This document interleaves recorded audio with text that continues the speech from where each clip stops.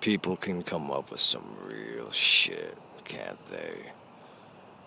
Theories of life. Yeah, theories that conveniently help them make them feel better about themselves. Self esteem theories. And it doesn't matter what it is, even if you're sticking strictly to the facts. You find comfort sticking to the facts. You derive self esteem from the notion that you are the only one that's right. Because you are sticking to the facts.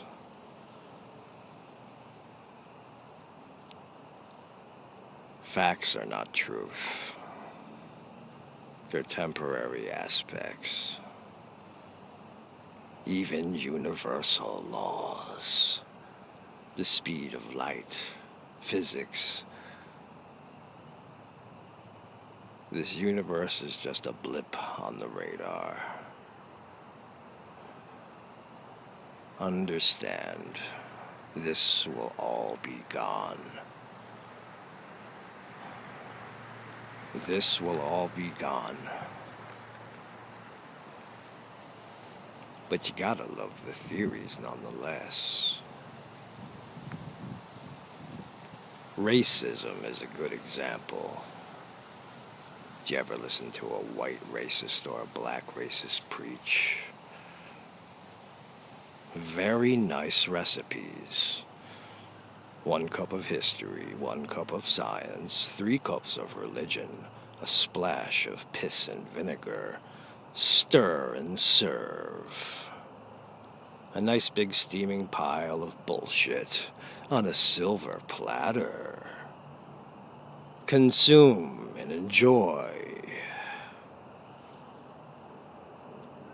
Yeah, people can be real assholes. I envy dolphins. Dolphins are decent people. More decent than human beings. They don't need fantastical narratives or fucked up belief systems to function. Yeah, how's that for some speciesism? Dolphins are a superior race. They're better species than human beings. And their brain is smaller. What's that do for your self-esteem? Yeah, human beings never fail to confound the intelligence. You have to marvel at how incredulous their ridiculousness can get.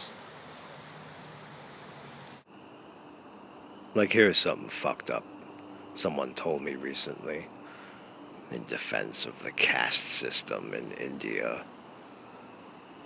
One of the strangest explanations I have ever heard.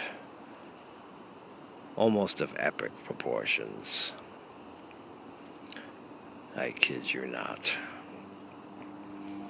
He said that the original people were dark-skinned and all of the same class, but that there is what is known as a hierarchy of defilement. He said that if people are born into a physical form, it's a sign of defilement in the first place. But the original dark-skinned people, all of the same class, were mostly concerned with sleeping, eating, and sex, which are the lowest defilements.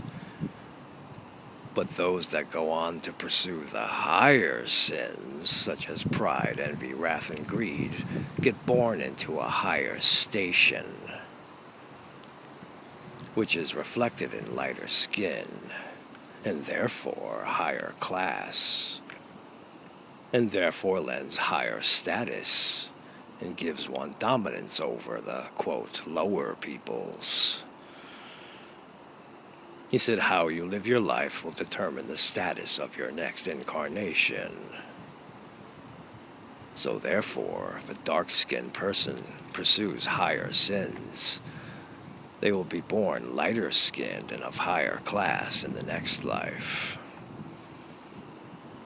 And if a light-skinned person pursues lower sins, they will be born darker in a lower class in the next life. Now ain't that some shit? Yeah. Just pull anything out of your ass and decide to make it true. It's fun. So here's a little something for you. When you die, your life essence gets immediately zapped into an available embryo at random. This is what embryos do. They absorb life essence. So when you die, you go right into a fetus. Now you may ask, what happens if more people die than there are embryos available? Well, in that case, you go on a queue, a stasis of sorts, and you are served into a fetus in the order in which you were received on the queue.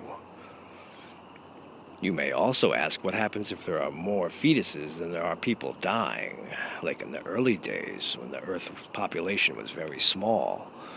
Where do the new life essences come from? Well, in that case, a life essence can split and be absorbed by numerous embryos. This is one of the things a life essence can do. It can multiply without becoming degraded. So, you see how it works? Admittedly, it's an idea that would piss off the anti-natalists, but at the same time, it's an idea that might calm down the pro-lifers. Because, hey, if you get an abortion, it doesn't matter. Nothing dies. Nothing gets killed.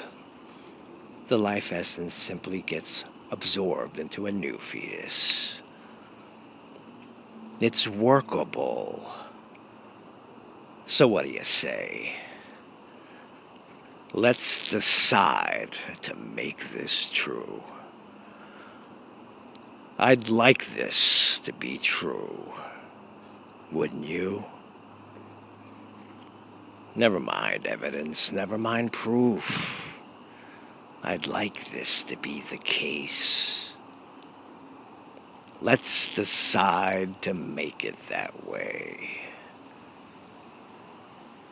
Don't you think that this is a better narrative than heaven and hell? If not, then what's the alternative? Perhaps an atheist approach? So in other words, when you have a baby, you are bringing someone into existence. When a woman gets pregnant, a new life just comes into existence. Where was it before? Well, nowhere. And of course, when you die, then that's it. Nothing happens. You exit existence into nowhere. So before you were born, you were nobody and nowhere. And after you die, you are nobody and nowhere. And you know what? Fuck it. Let's go with that. And I gotcha. I gotcha. Welcome to the nothingness. Welcome to the nothingness.